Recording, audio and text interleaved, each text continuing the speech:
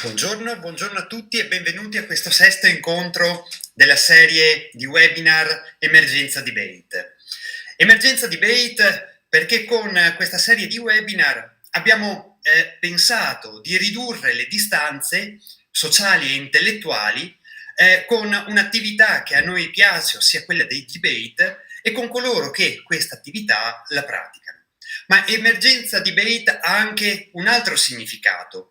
Con questo webinar e con questo titolo vogliamo infatti testimoniare la ampia diffusione che il dibattito sta avendo in questi anni, ma soprattutto una diffusione numerica a livello di persone che ha permesso proprio ad un salto qualitativo del dibattito, ed è quello che va sotto il nome di qualità emergente, in questo caso del debate.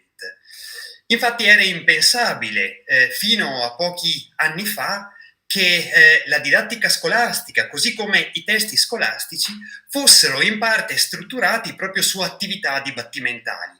Oggi invece questo cambio culturale sta avvenendo. Ma non solo, pensiamo ad esempio anche ad attività come i tornei di carattere nazionale, la partecipazione sempre più frequente di squadre italiane a tornei internazionali, la nascita di una squadra addirittura di dibattito nazionale, della nazionale di dibattito, ma anche a corsi di formazione, a collane di libri, oppure alla nascita di sezioni territoriali che sono in grado di raccogliere tutti coloro che vogliono praticare il debate. Iniziative queste fino a poco tempo fa impensabili e alle quali anche la Società Nazionale Debate Italia sta alimentando grazie all'attività dei propri soci, i quali vanno per questo, ai quali va per questo il plauso e anche l'emulazione. Webinar, quello di oggi, che è leggermente insolito per essere un webinar, e questo perché appunto il nostro relatore non sarà presente con noi in questo momento. Infatti vedremo solamente il video che ha preparato per noi e poi alla fine di esso lo commenteremo. Il nostro relatore è Joseph Zompetti, docente di comunicazione alla scuola di comunicazione della Illinois University, il quale ha collaborato ancora con la Società Nazionale di Debate Italia ed è autore e coautore di diversi libri sul dibattito, come ad esempio Discovering the World Through Debate, oppure vediamo Reasoned Rationals, questo testo qui che raccoglie un insieme di interventi anche di altri autori, ed è coautore anche di L'etica del debate, che è comparso all'interno della collana Quaderni di debate della Società Nazionale di Debate Italia. Zompetti, che è un formatore e ha formato diverse generazioni di debater in tutto il mondo, almeno in 20 paesi diversi nei quali lui costantemente opera. Il video che ci ha consegnato ha il titolo che vedete: Reasoning, the Test of Reasoning and Common Fallacies. In questo video lui si occuperà di innanzitutto definire quello che è il concetto di ragionamento, non solo di ragionamento inteso come insieme di enunciati, alcuni dei quali sono premesse mentre altri sono la conclusione, ma di ragionamento inteso come processo cognitivo che, date alcune premesse, possono arrivare alla conclusione, giustificano la conclusione. In particolare vedremo che, presentando il modello di Toulmin, il ragionamento è quel processo cognitivo che permette di passare dall'evidenza, dalla prova, alla conclusione.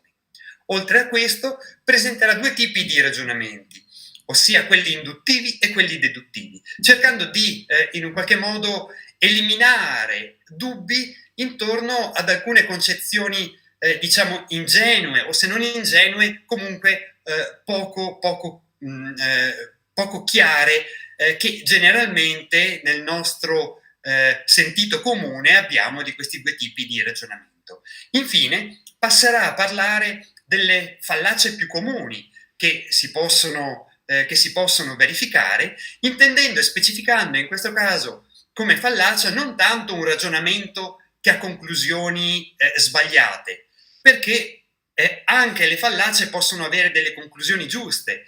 Come vedrete, Zompetti fa un riferimento simpatico a un'immagine, all'immagine dell'orologio, che se anche è rotto, almeno 2 volte al giorno segna l'ora corretta. A rendere fallaci i ragionamenti sarebbe invece proprio il processo cognitivo, che non sarebbe così cogente da permettere il passaggio dalle premesse alla conclusione che vuole sostenere. Ma adesso lascio lo spazio direttamente a Zompetti, il quale ci parlerà di questi argomenti, e noi ci ritroviamo al termine del video per commentarlo assieme.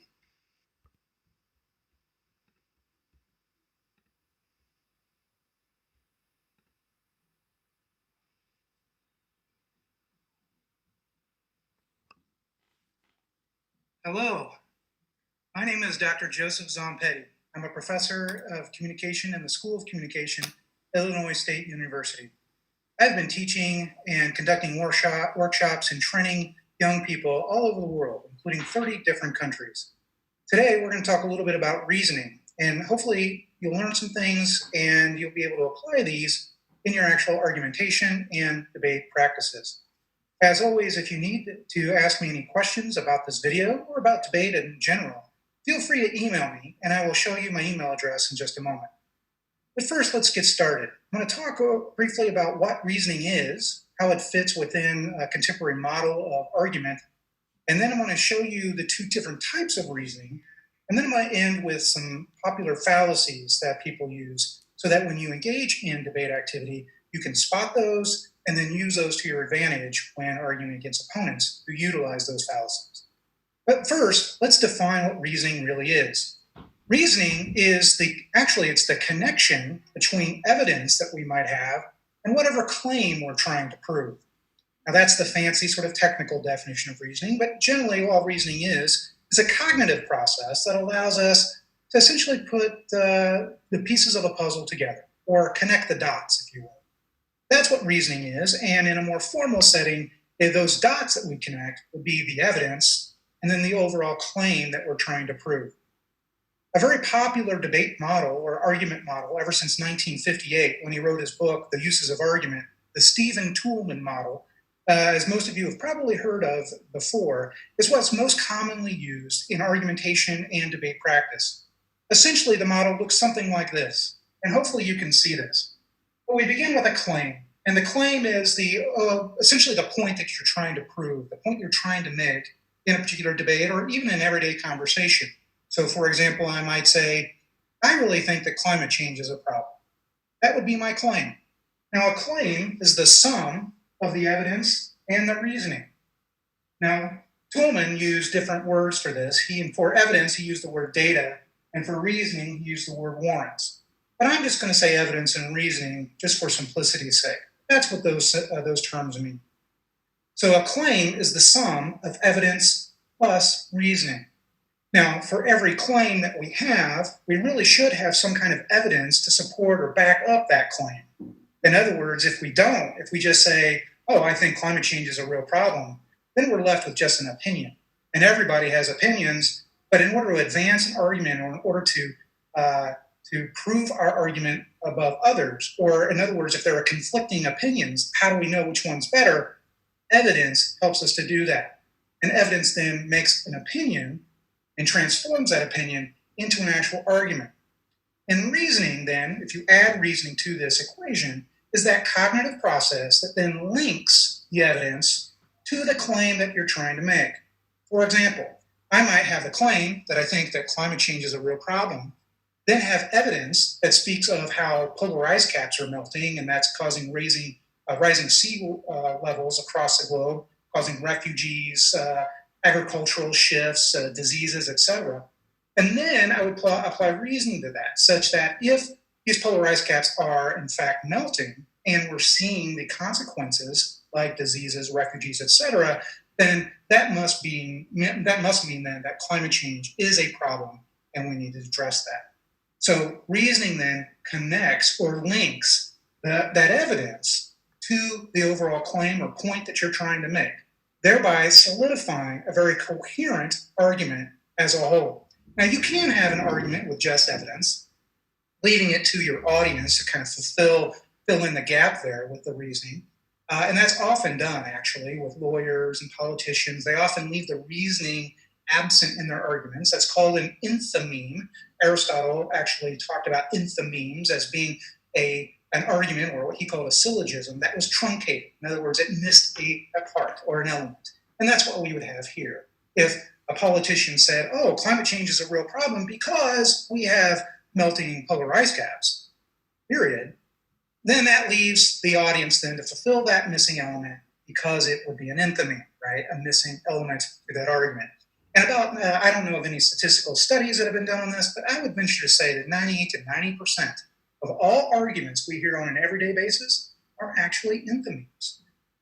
Partly because we're lazy and we don't want to fill in those gaps, but also because it involves the audience in the argument process. If the audience fulfills that missing premise, in this case, the reasoning of why melting polar ice caps is a problem because of climate change, then the audience then is more likely to be persuaded because now they have some skin in the game. They have they've been invited to be a part of the argument process.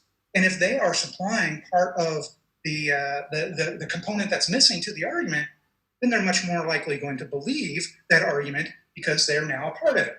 So now, of course, this is not foolproof. Not all enthymemes are persuasive, but that does tend to be the case. If you can involve someone, if they can be participated, they're much more likely to be persuaded. So enthymemes are very, very common, and that's why I think it's worth noting here that enthymemes can happen even in this basic process here. So you can have an argument, again, with just evidence and no reasoning. That begs the question, which is also a fallacy, I'll get to in a minute, but does that also apply to a claim without evidence but has reasoning? Some scholars will vary on this point, but I think that in general, yes, that's still an enthymeme, and yes, you can still have a pseudo-argument, right? So evidence is really the grounding, it's the premise behind all arguments. I mean, like I said, without evidence, you essentially have an opinion. But if you have reasoning without evidence, it does give at least more strength to your overall claim than if you didn't have reasoning either. Like if you just said, hey, I believe that climate change is a problem, period, then you're essentially left with nothing. That's just an opinion with no support whatsoever. But if you say, I believe that climate change is a problem because we see that coastal waters are rising, causing diseases and refugees, then it at least provides that missing element of the lack of evidentiary support that maybe your audience will then go and find. We see this actually quite a bit on social media. The messages or the news that we see on social media that is often called clickbait is this type of an enthymeme, where they'll have plenty of reasons, but a lack of evidence, and the claim is worded as such that it seems dire or it's an important crisis or something that's really important to you as a person, so you need to check it out. And then they'll provide reasons, but with no evidence. Well, then it's really incumbent upon us as the audience to try to figure out what those reasons are so that we don't fall prey or victim to faulty advertisements or so-called fake news. So that is what reasoning is in a nutshell. If we were to define it, we would define it as that cognitive process that links the evidence to the overall claim. And in the Toulmin model, reasoning has its own particular function right here, which means that with evidence, reasoning then functions to support that overarching claim. Okay? Now, there are essentially two types of reasoning. We call these the processes of reasoning. And you've probably heard these before. There's inductive reasoning, and then there's deductive reasoning. Most of you have probably learned what inductive reasoning and deductive reasoning are by this simple foil, this simple template. In other words, most people think that inductive reasoning is when you take specific examples and then draw a general conclusion. And then they think that deductive reasoning is when you have general examples and then you have a specific conclusion.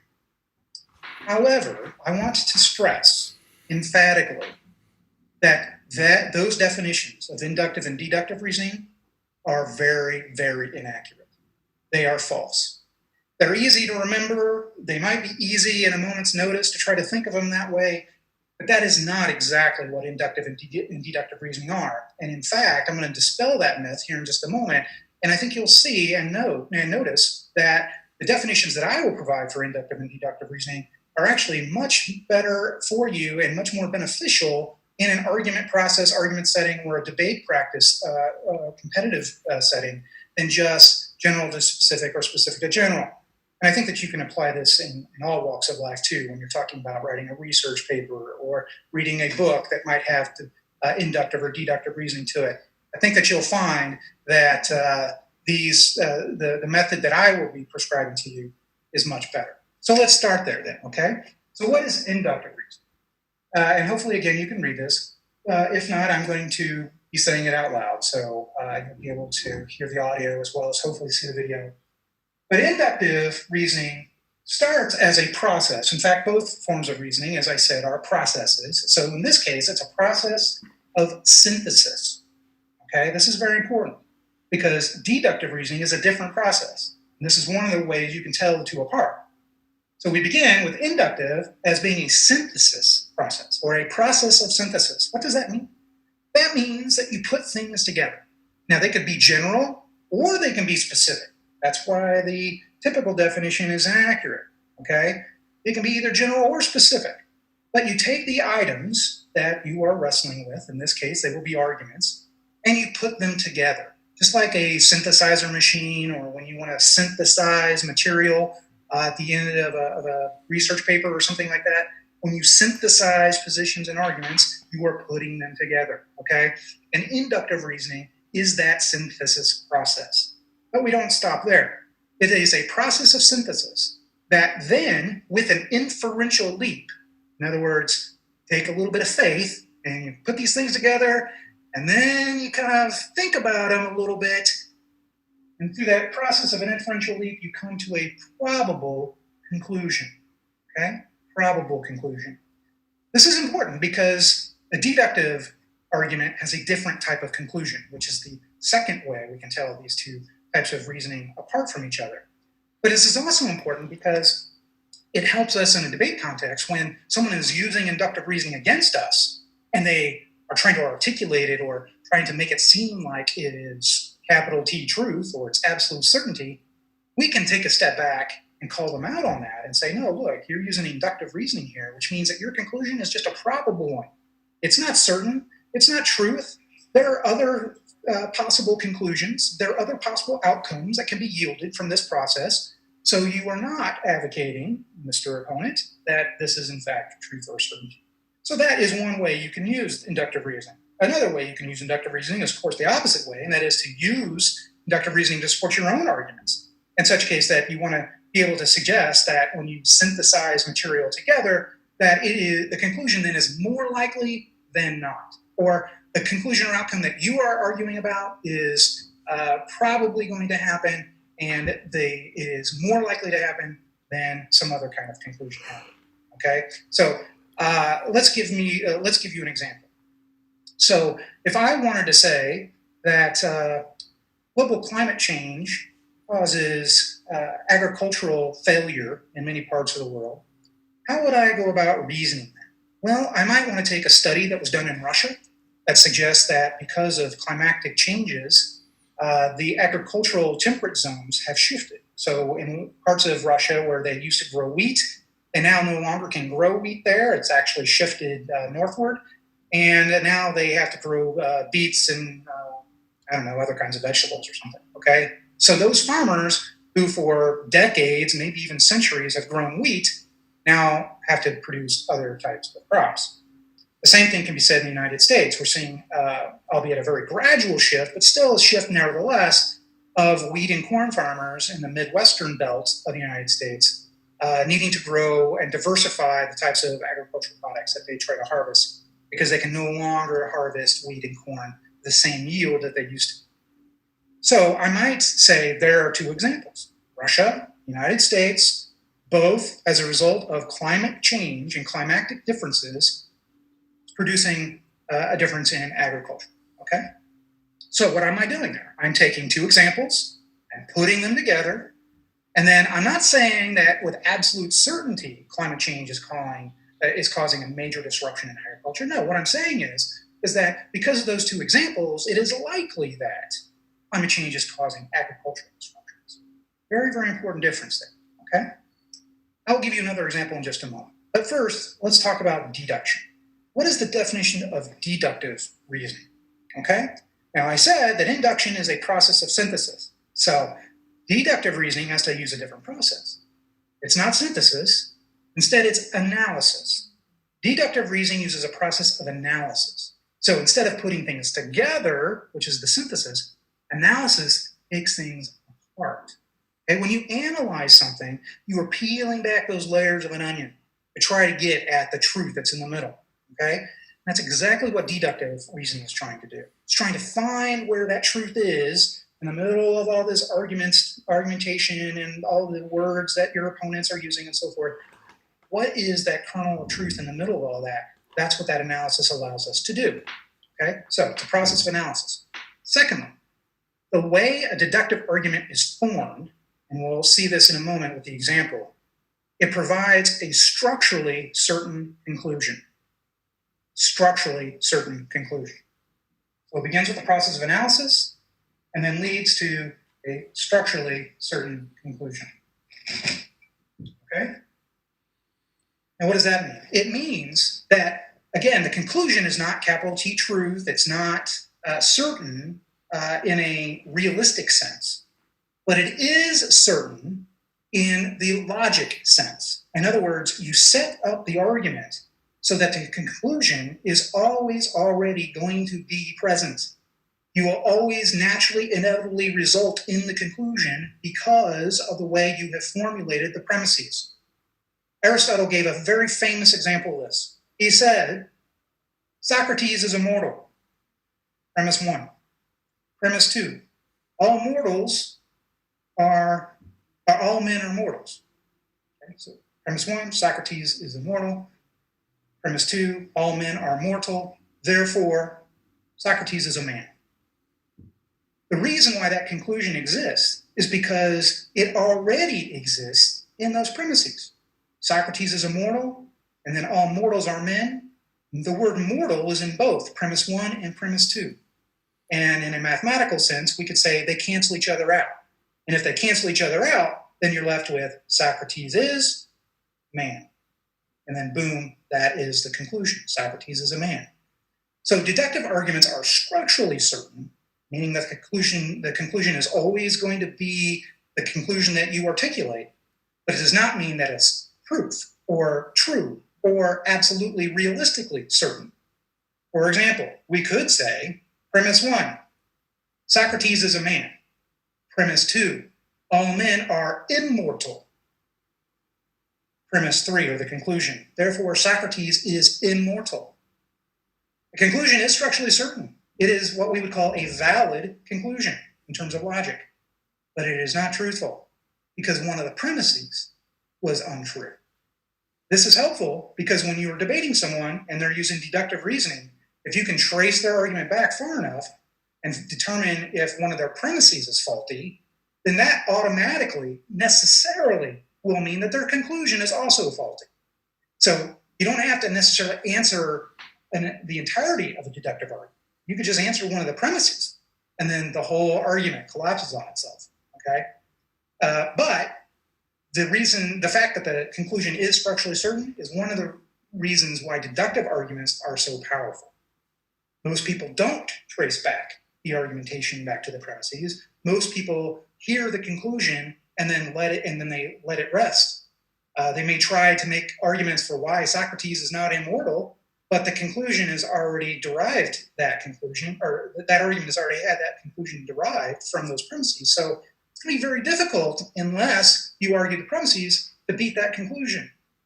Incidentally, I told you that most people use enthymemes in their everyday conversations, including lawyers and politicians. Most people also use deductive arguments as opposed to inductive arguments. And the reason is simply because we can stack the deck. Just like a magician does when they do magic tricks, so do people who engage in rhetoric do with their arguments. We stack the deck, and that makes the conclusion seem much more likely or truthful than it may actually be. Okay, how about an example? And here, I'm going to have to take a step aside so that you can see the dry erase board here, and hopefully you can see this. But if we start with induction here, okay, that's what the I stands for. And we used the example earlier of climate change, but here we're going to use the example of smoking. So premise one, 98 out of 100 rats who inhale smoking in a laboratory setting, they concocted, or they resulted in receiving cancer. So 98 out of 100 rats who were exposed to smoking, tobacco smoke, they got cancer. Okay? The second premise, there was a second study done. Maybe one was done in Angola and the other one was done in Canada, I don't know. But the second study said that 95 out of 100 rats who inhaled smoking, tobacco smoke, they received cancer. Okay? So through a process of synthesis and a little bit of an inferential leap, we put those two studies together. Our conclusion is that smoking probably causes cancer. Fair enough? Makes sense, right?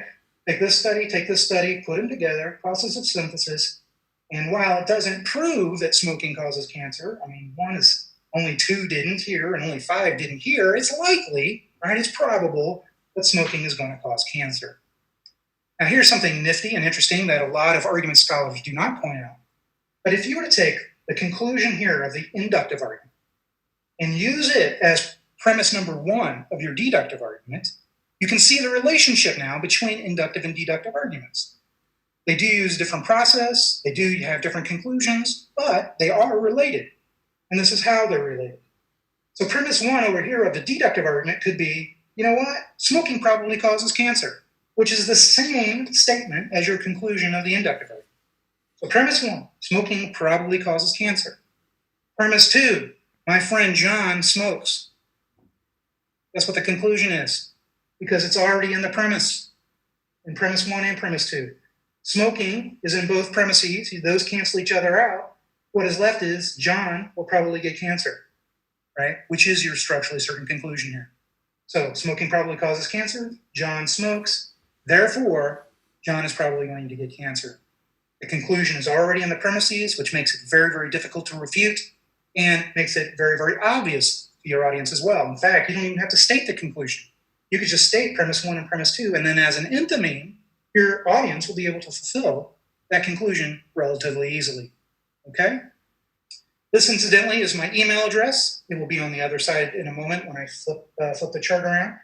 But feel free to email me at zompetti@ilstu.edu at any time for any debate-related question, and I'll be happy to answer it. Okay?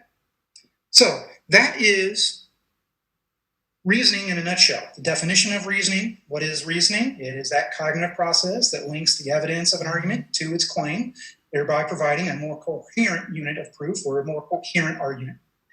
And then there are 2 different types of reasoning, right? There's inductive reasoning and there's deductive reasoning. And we went through a couple of examples of those and defined them as not being general to specific or specific to general, but rather a process of synthesis that through an inferential leap will yield a more probable conclusion. That's inductive. And then deductive is a process of analysis that will yield a structurally certain conclusion. Notice that the general to specific or specific to general doesn't really even come close to really understanding the full dynamics of inductive and deductive reasoning. And certainly when we are in a debate contest, knowing inductive and deductive reasoning as I've presented it here will give you a lot more leverage and a lot more ability to make arguments than the standard definition of those concepts. Okay? Now I want to shift gears a little bit and talk about fallacies. Okay? so I need to switch my board around. But it's important to note that a fallacy is related to this topic because a fallacy means flawed reasoning. And since we're talking about reasoning, I thought it made sense to talk about what are some of the flaws in reasoning. And that's what a fallacy is. Sorry for that noise. But that's what a fallacy is, flawed reasoning. Now, I do want to point out that not all fallacies are wrong, okay? There may be a flawed process to the reasoning itself, but it might end up with an actual truthful conclusion. My father is fond of saying that even a stopped clock is right twice a day. Well, fallacies are sometimes correct. So if you point out that something is fallacious, that doesn't necessarily mean it's wrong. So you not only need to point out that it's fallacious, but you then also will have to make the argument for why, because it's a fallacy, that whatever argument your opponent is making is also wrong or incorrect. And a lot of folks forget to do that second step. They'll just point out that something is fallacious, and that's really not sufficient, okay? But knowing that something is fallacious can be a very important first step in the line of argument for you then to be able to identify that your opponent's argument is pretty weak or does not actually support whatever their overarching argument is. So being able to locate and identify fallacies is really important for you then to be able to confront those types of arguments adequately, all right? So I'm going to just go through some very basic, common fallacies. These exist in literature, in textbooks, in news messages, and of course in debate arguments as well. So you can use this outside of debate competition. This is a very useful, what I think, a useful life skill. If we want to be better critical thinkers, better citizens who think critically, then being able to identify fallacies from our political leaders, from lawyers, from others, really means that we'll be better at being a citizen, and hopefully we won't be duped or fall victim to con artists. So the very first fallacy that I would like to mention is called the slippery slope fallacy. The slippery slope fallacy. You've probably heard this before. This is really common, but often what critics will do to certain proposals is they'll share their dislike for whatever the proposal is, and then they will characterize that through a series of different connections to some disastrous apocalyptic end. And that's a slippery slope, okay? It's essentially saying that if you do policy X, we will fall down this slope into our inevitable doom, okay? That's what the slippery slope argument says. So many people disliked Obama's Affordable Care Act, for example. For those of you who don't know, it was a major healthcare reform that had some governmental action and activities, some agencies from the federal government inserting their authority into the healthcare, insurance, and healthcare industry. Okay, some opponents of the Affordable Care Act, also known as Obamacare, said that if we enacted the Affordable Care Act, it would cause more governmental intrusion into our lives. Okay, there will be some governmental intrusion. But then that governmental intrusion will allow even more governmental intrusion. And because it will be so widespread that then it will require more governmental oversight in other areas of our life, not just healthcare, which then means that American society as a whole will become socialist. And then if the American economy and the American culture becomes socialist, then all individual rights will be destroyed.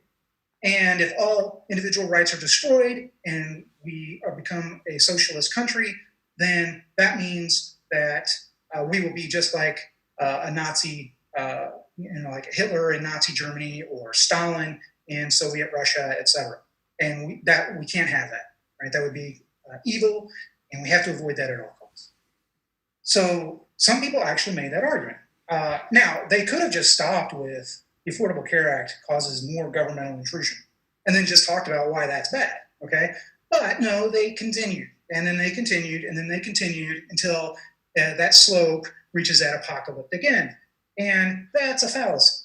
Okay, now that's not to say that some policies will not inevitably result in something horrific, but chances of that are very, very unlikely, and there are a lot of intervening variables that can happen between policy X and then apocalypse Y, right?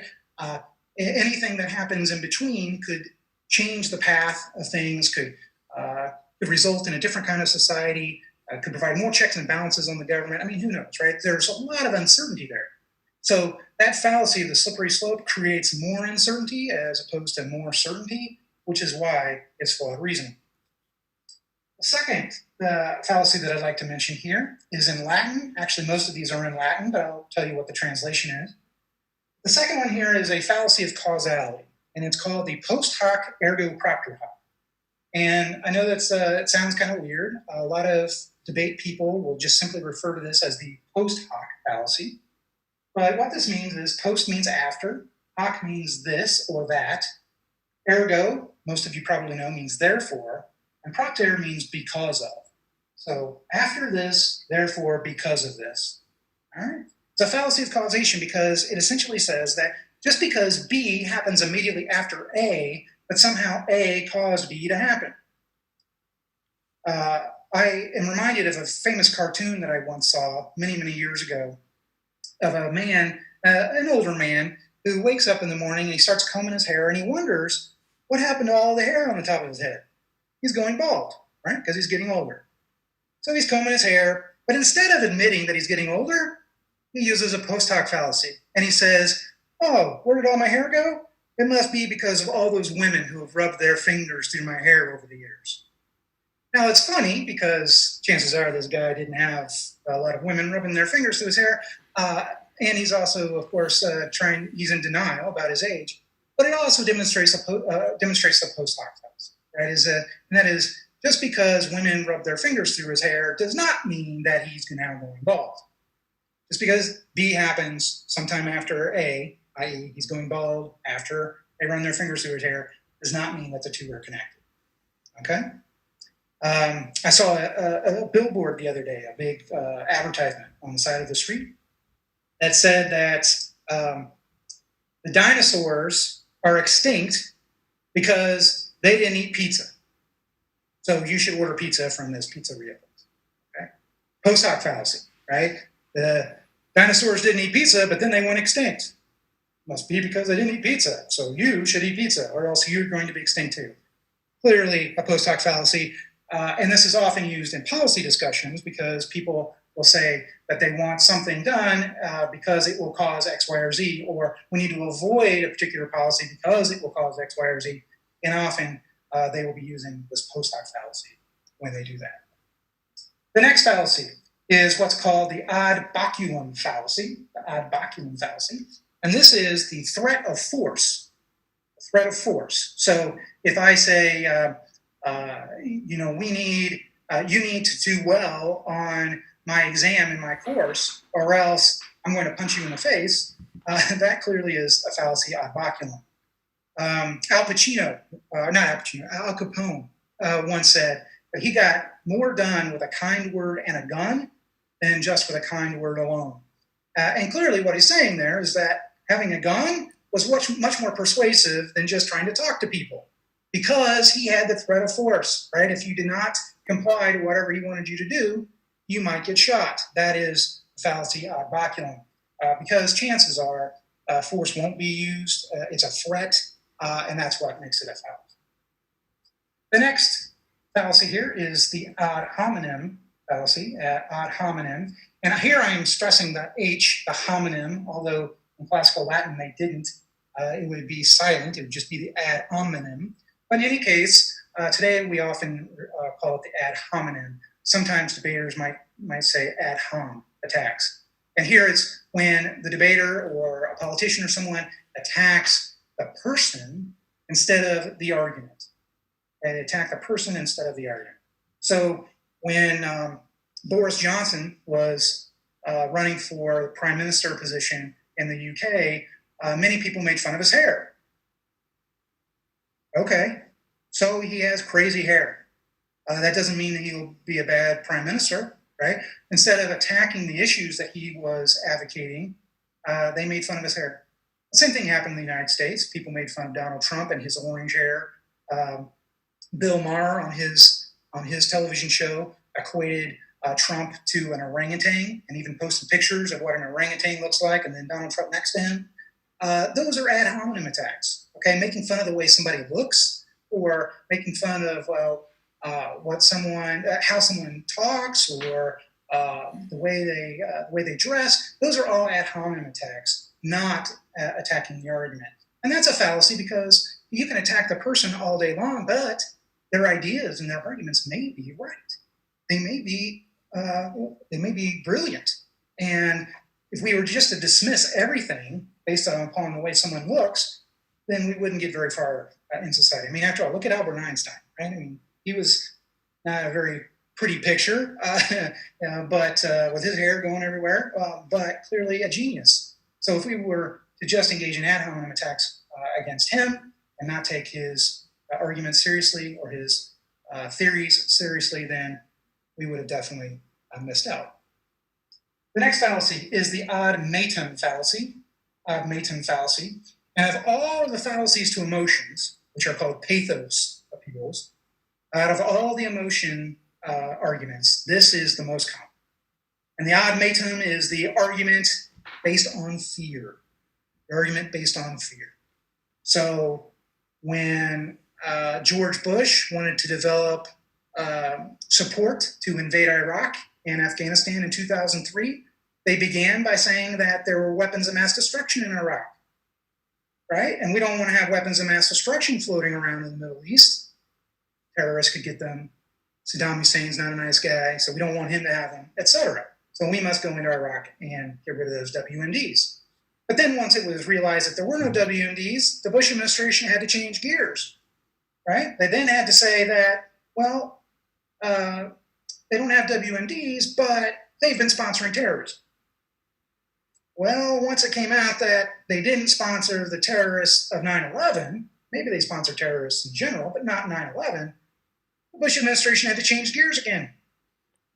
So then they said, well, he's an evil dictator, and we need to liberate the Iraqi people. And we need to do this, not just because we should be good guys and liberate the Iraqi people, but because if we allow tyrant dictators like Saddam Hussein to go unfettered, to go without being checked in a region like the Middle East, then what prevents other evil dictators from popping up all over the globe? And then that would be a serious threat to the United States. Every single iteration of that argument, or those justifications to go to war in Iraq in 2003, were based solely on the argumentum ad metum. And that fear appeal is clearly successful, because Bush was able to get it passed through Congress, and he did generate quite a bit of American popular support among American citizens. So it can be very, very successful as an approach, but we also know that a lot of times these fear appeals are based upon flimsy premises. I have a number of others, but I think I'm actually running out of time. So if you're interested in these, you can certainly email me. We'll move this up here. There's the other pathos appeal, the argumentum ad misericordiam, which is the appeal to pity. We usually see this when people are advocating for the care of homeless people or homeless dogs or cats, things of that nature. There is the argumentum ad antiquitatem. The antiquitatem is the appeal to tradition. This is often used, right? Like, well, this is something we've always been doing, and it's, well, we should keep a tradition going. Well, we also know that traditions have also created things like slavery and another horrible thing. Then there's the argumentum ad populum, which means that because everybody else believes it, we should believe it too. It's the bandwagon effect. But we also know that just because a lot of people believe something doesn't make it true. Then there's the argumentum ad veracundiam. The classic Latins would not pronounce the V as a V, they would pronounce it like a W. So it would be veracundiam, but we'll say veracundiam here, which is the appeal to authority.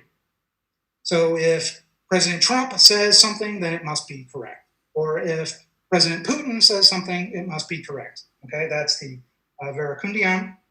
Then there's the petitio principi. Okay, some people will say principi, but the C's are always hard in Latin. So petitio principi, which is begging the question. So you lay out some things, but you don't quite fill all the holes. It will beg the question, and that helps reveal the gaps in people's arguments. And then finally, ignoratio elenchi, okay, the ignoratio elenchi, which is something misses the point. It's like a irrelevant argument, perhaps a red herring, which will distract the opponents to argue something else, which is not really that important. And that's frequently used to try to catch opponents off guard. And again, my email address, zompetti@illustrated.edu. So today, we've defined what reasoning is. We've talked about a couple of different processes of reasoning, inductive and deductive. And I've gone through several examples of fallacies, which are flawed reasoning processes. Hopefully this helps you in your debate and argumentation practices and skills, and it'll help you be a better reasoner, and it'll also help you identify other people who engage in weak reasoning, thereby making you a better critical thinker. I wish you the best of luck. Stay in touch, send me your emails, and good luck to all of you.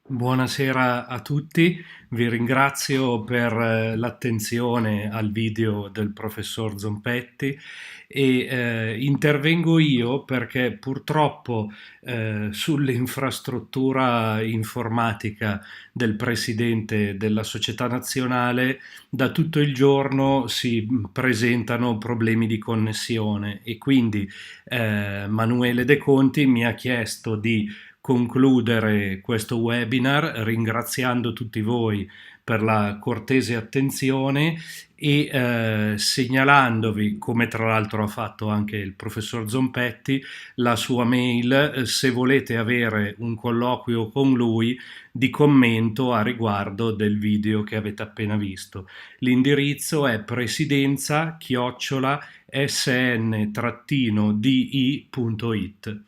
Vi ringrazio ancora per la partecipazione e vi do l'appuntamento ai prossimi webinar della Società Nazionale Debate Italia, chiedendovi di rimanere in contatto attraverso i canali social. Grazie a tutti.